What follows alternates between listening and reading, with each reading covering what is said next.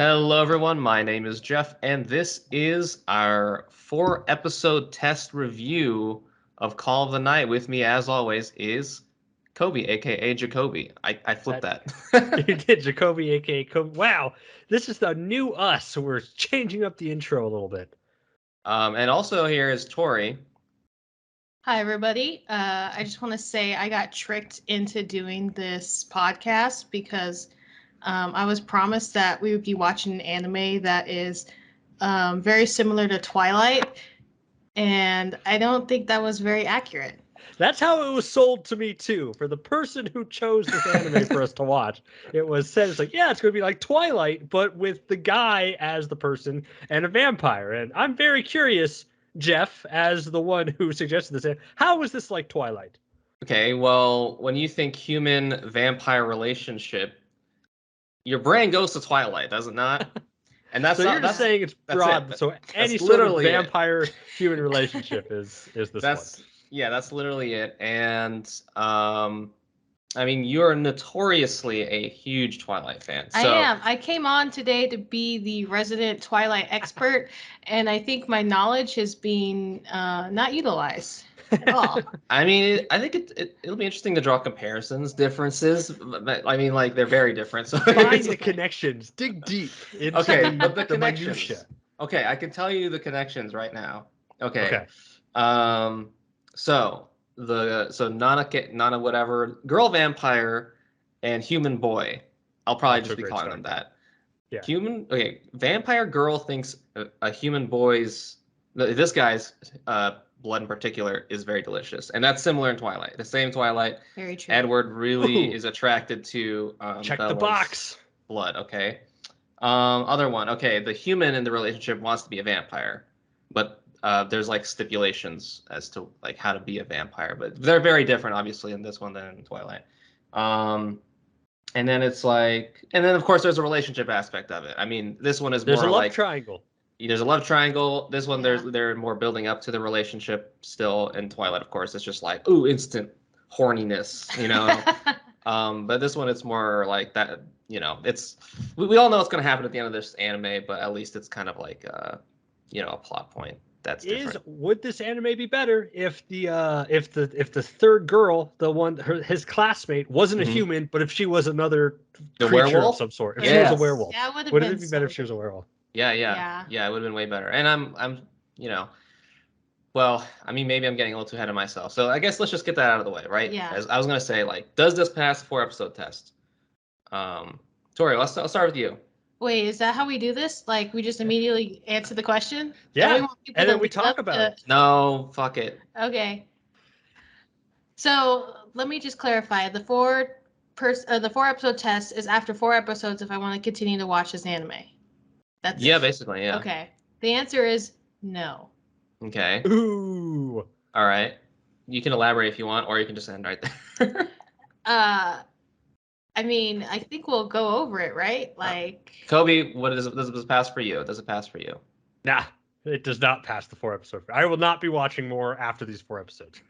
I will also not be watching more of this 4 episodes. But does that mean it's a bad show?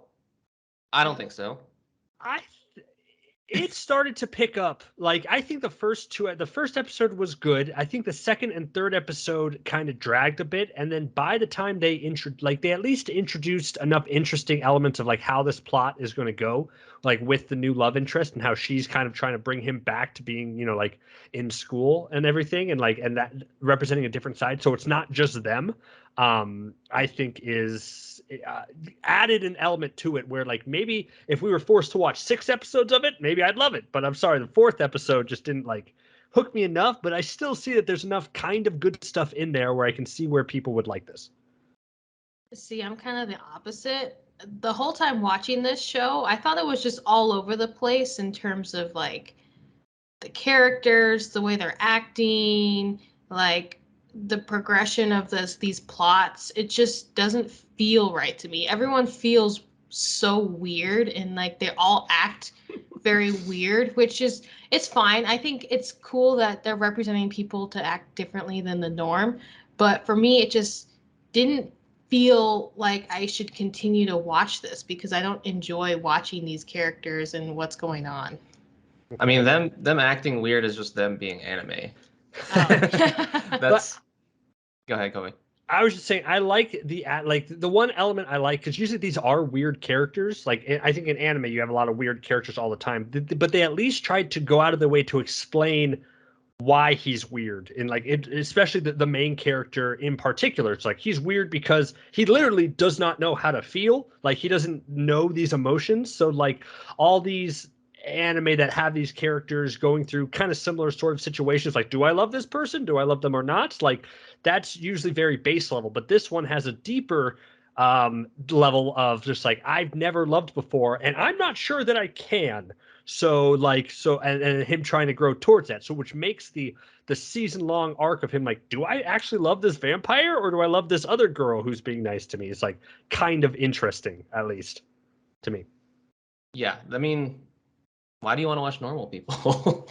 No, I don't. It's not that I don't want to watch normal people, and I'll give Kobe that point. I really like that this awkward 14-year-old kid is trying to figure out life, and he's describing it in ways that makes the audience understand, and it's not just like, oh, he's being weird. It's because he doesn't recognize friends and having friends and relationships because it's not normal to him.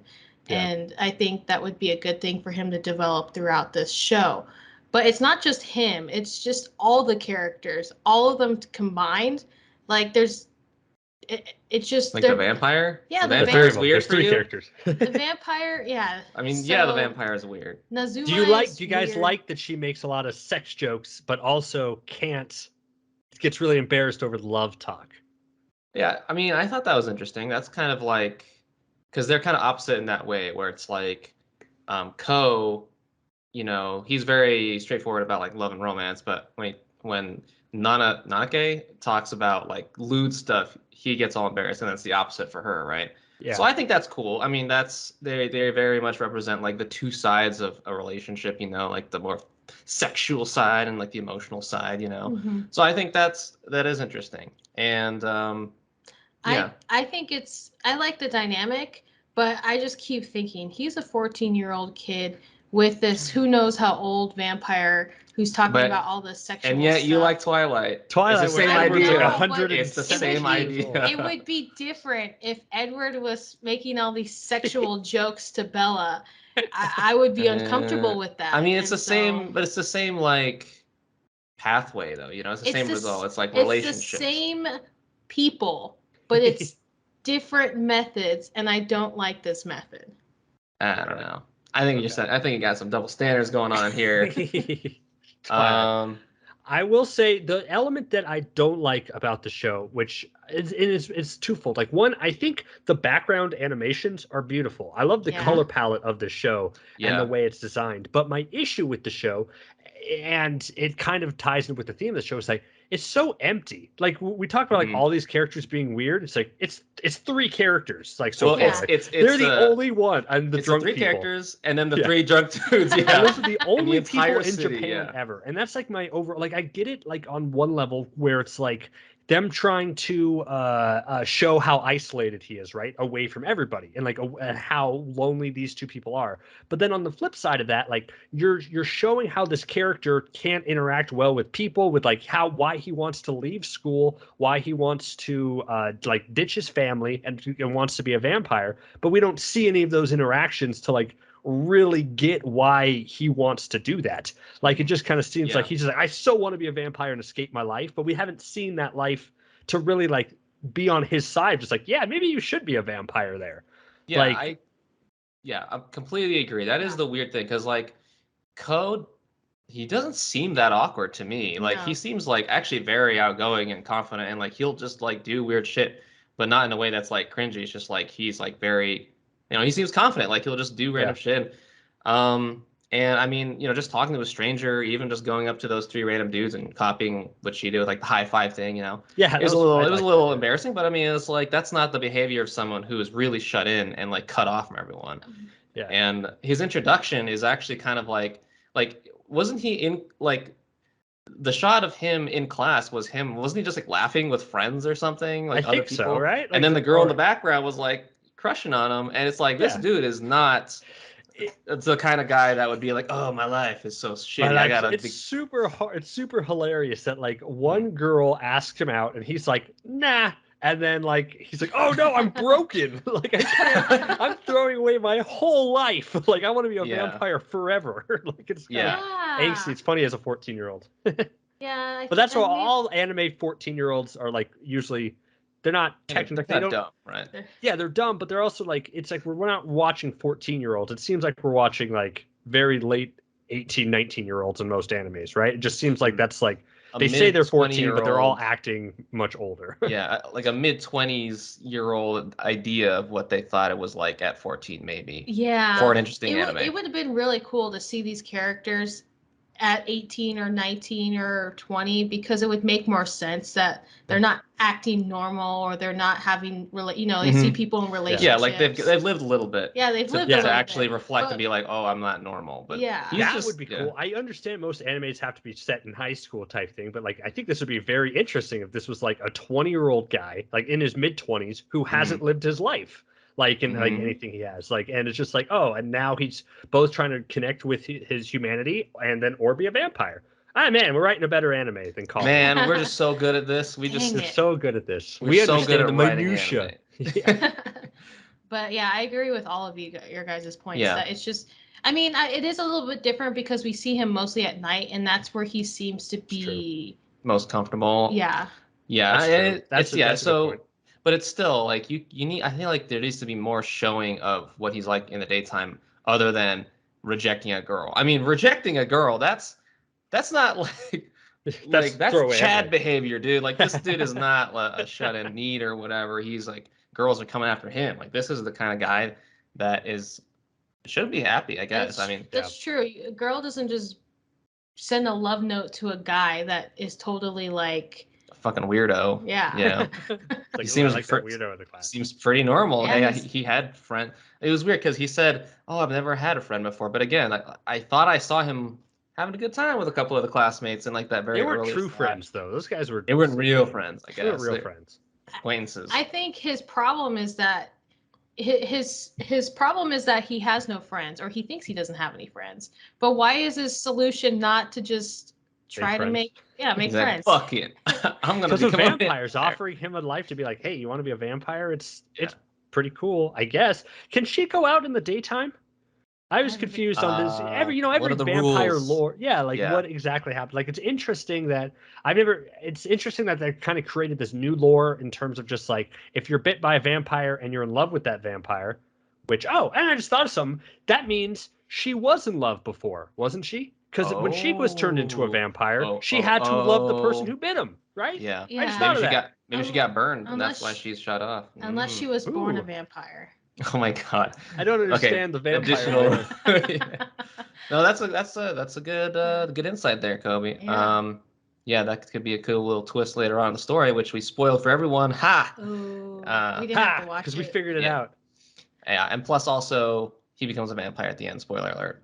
Because I mean, like, I'm just saying that. You don't think he chooses life? It's kind of like does Naruto become the Hokage? Do you have to watch the anime to know? I don't think you do.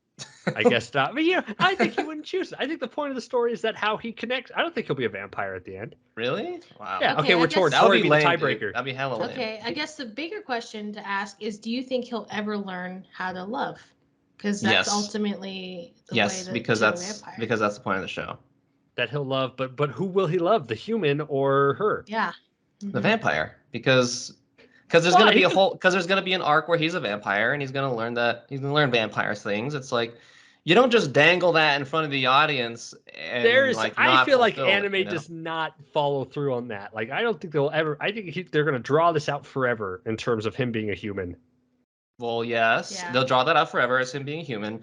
Then he'll become a vampire. Then they'll draw that out forever as a vampire, and then. Because money and stuff and. Okay. Tori, what do you think? So you had to be a tiebreaker. Just again, like vampire or no vampire at the end. I'm gonna say he does not become a vampire. Yeah. Mm-hmm. I think that's Uh-huh. Yeah, and I think that like they put this plot point episode 1 where if you love someone then you become a vampire and that becomes his goal, but it's not a very like, I mean, maybe I'm putting too much rationality in all this. Yes, you are. Oh no. Yes, you are. Where like he just decides to make this decision for his life forever, and it doesn't seem very logical, or like he's a 14-year-old boy still figuring it out. It would be like if some kid was like, "Oh, I'm going to go like join a monk society forever" at 14-year-old kid. You're like, But are you sure you want to do that? And I think maybe that would be something throughout the anime where he's questioning his life decisions, or I'd at least hope so. Yeah, I mean that would be interesting. Mm-hmm. I do want to spend a moment to talk about like the good parts of the anime, because so I would say no to the 4-episode test being passed, but for me the reason is just that I'm not into this genre. Mhm. It's not really an anime that I would watch, even if it was like super good. But I think for its genre, which is sort of like, I don't know, like a comedy romance basically, I think it's solid. I think that if someone is looking for that kind of anime, kind of funny, kind of lighthearted, there's like a romance, there's a little, there's a little bit of fan service there, of course. Then I think it's really not that bad. I mean, I genuinely laughed at some of the moments in the show. I did too. And I think the characters are interesting, and I would be like, if I was into this kind of genre, I would probably find it interesting. And especially now, having discussed all the possibilities with you two, I would be like, oh yeah, I would continue watching this. But because it's just this type of anime is just not for me, that's why it doesn't pass for me. But I don't think it's a bad show. I think it's actually like decent. It's not amazing, but I think it's solid. It's like definitely something to to pick up. It's not bad. I think we should watch the last episode of this season just to see how far things progress, and just to, like, Just not watch skip any episode everything in between just to see what happened. But I agree with you in terms of like there was funny moments. Like I liked when the new character, the new girl, like the human girl, was just like, could the monster not chime into the conversation, please? Like her reaction to the vampire aspect, I thought was really funny. And again, that's what started to add that dynamic to this that I found appealing, where it was like I felt like by episode 4, when it was established there, I was like right on the precipice of like, maybe I want to watch more now that this central dynamic is established, but I just not enough. What'd you like about it, Tori? Or not? Liked about it. Good things about the show. I mean, I think you mentioned this earlier, the background, the visuals, like all the background and foreground pieces were beautiful. I love that purple style. I think it's all cool. Purple, night sky. Yeah. The green hue was interesting. I don't really associate the nighttime being green, but they made it work. I mean, like it's an interesting color palette, and I also do like the soundtrack. It's very hip hoppy, lo-fi-ish, and it's something that I'm probably gonna listen to later actually, just because I like it so much. I love the OP. Like I love that song. Oh, and okay. I really like it a lot. I think it's peppy, it's upbeat. I love it a lot, and I love the end credits too, in terms of like the visuals of it. The song's okay. You like the poses that Nanaka is doing? Like all the colors and stuff. I think that's really cool. Like colors. Yeah. I would say interestingly. I like that OP. Interestingly enough, I like the soundtrack, but the OP actually I don't know, it's skippable. Skippable out of 10. It's fun. It's fun. I don't like it either. You guys are crazy. It looks really ugly. It doesn't follow the same, like what are they trying to say with this like cut in, like it's a movie or something? Yeah, there's like a weird break in the middle where they're all just sitting in like a random room watching the TV. And then the floor collapses with the clap thing. I don't understand, but I will say for an opening, it's like I've never cared about visuals of openings as much as I care about song choice, and I just think the song choice is a lot of fun. So I would say, for me, they're both whatever. Wow. I don't, animation, song, but the tracks that play during the show are pretty good. Interesting. Okay. Yeah. Do you guys ever have walkie-talkie watches to communicate with each other? No. No, I wish I did. That's kind of cool. I did like that scene. That was a cute scene with the transceiver between the two of them. Of course, we both had the same idea of like, why didn't they just ever just pick a spot and a time to meet? Yeah, at nighttime. Seemed like they meet at the park. playground too, right? Yeah, like Yeah. at that playground. Yeah, they always just end up there anyways. I liked her cell phone bit. Like it's like, oh, I have a cell phone. It's a huge block. Mhm. I thought that was Yeah, I yeah. thought that was kind of funny. Hints to kind of how old she is. Yeah. Yeah. Mm-hmm.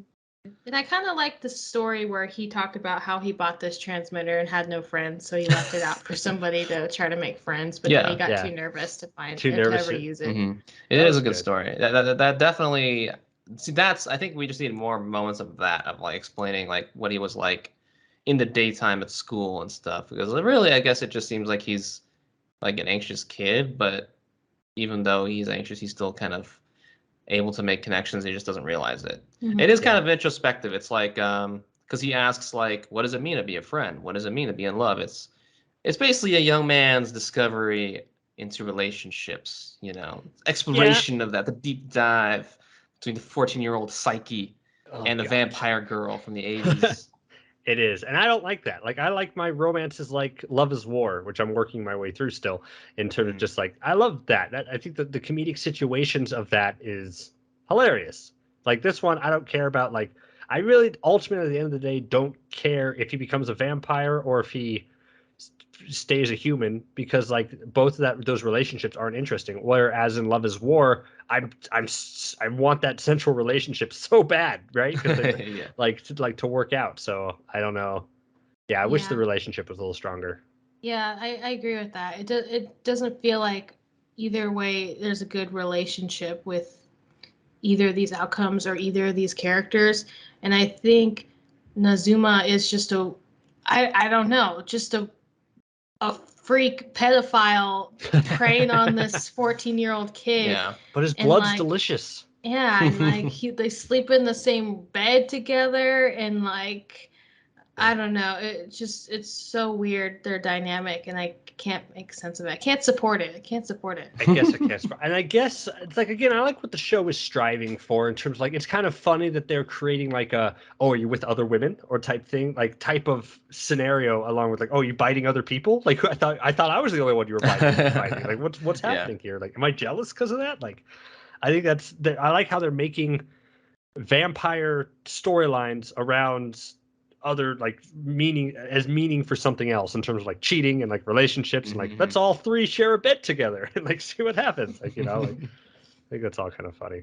I don't know. Talking about it makes me want to watch maybe like one more episode to see if I really like it. That kind of makes me want that too. But the thing is, there are other anime to watch. Yeah. There are. So, you know, you gotta pick your animes wisely these days. There's too much media to consume. But that's true. I'm Val right now. I am gonna watch the finale. I'm not gonna watch another episode, and then I'm gonna watch the finale, see what happens. Let me know when you do. I'll watch it too. Do you know if it ends at the final episode Probably of the season? Not. No. It's a manga, all right? Is it a?